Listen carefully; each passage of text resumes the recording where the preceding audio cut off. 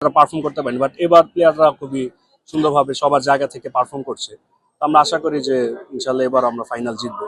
আর টার্গেটটা অফকোর্স একটু কম হলে তো ভালোই হয়। দেশি প্লেয়ার লিটন দাস, তাহিদ জয়, মিরাজ এরা খুব একটা জ্বলে উঠতে পারেনি। না না, এবার দেখেছেন তো আমাদের লোকাল প্লেয়ার্সরা বেশি জ্বলে উঠতে পারেনি। তো এখন খেলায় তো আপ ডাউন থাকবেই। কি ফরেন প্লেয়ার নির্ভর টিম?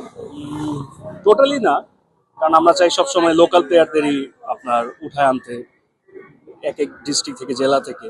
তো তারপরেও এখন তো আমাদের ইন্টারন্যাশনাল প্লেয়ার রাখতেই হবে, তোর কারণে আসলে কিছু রাখতেই হয়। আই গেস রাজশাহী হলে ভালো হয়। তো তারা দুজনই দুই টিমই খুবই স্ট্রং, বাট রাজশাহী হলে আই গেস ভালো হবে।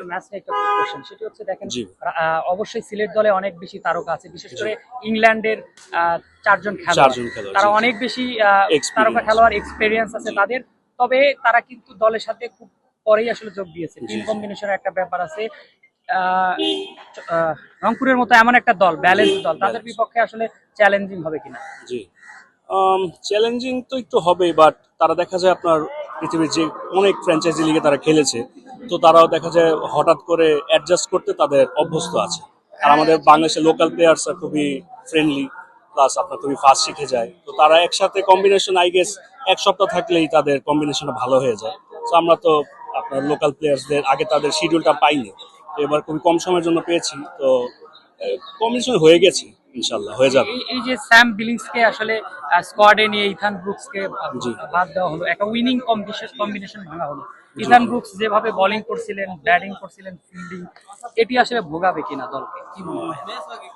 একটু তো ভোগাবে আসলেই, কারণ ইথান ব্রুকস তো আপনার দেখেছেন শুরু থেকেই সুন্দরভাবে দুই সাইডে ফিল্ডিং থেকে শুরু করে সব সাইডেই তিনি ব্যাকআপ দিয়েছে।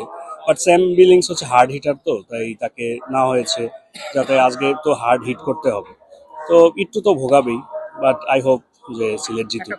সেটি হচ্ছে আপনাদের বিপক্ষ দলের বিশ্বমানের দুজন বোলার আছে, মুস্তাফিজ তো অফকোর্স, তারপরে নাহিদ রানা, যিনি আসলে গত ম্যাচে বল করেছেন 149 এভারেজ গতি। এমন একজন বোলার আর কাটার মাস্টার মুস্তাফিজ, দুজনকে নিয়ে আসলে বড় ধাক্কাই খেতে চলেছে কিনা সিলেট? জি, অফকোর্স একটু তো ধাক্কা অবশ্যই, কারণ তাদের মতো দুইজন আমাদের প্লেয়ার, আমরা গর্ব করি অবশ্যই তাদের নিয়ে। তো মুস্তাফিজ ভাইয়ের তো কোনো জবাবই নাই, নাহিদ রানা তো অফকোর্স শিখতেছে, আরো শিখবে, আরো ভালো হবে। তো দুজনের আসলে একটু টাফ হয়ে যাবে, বাট আমরা আশা ছাড়ি না, কারণ সিলেট আমরা কোনো সময় আশা ছাড়ি না, আমরা শেষ পর্যন্ত আমরা চেষ্টা করে যাই সবসময়।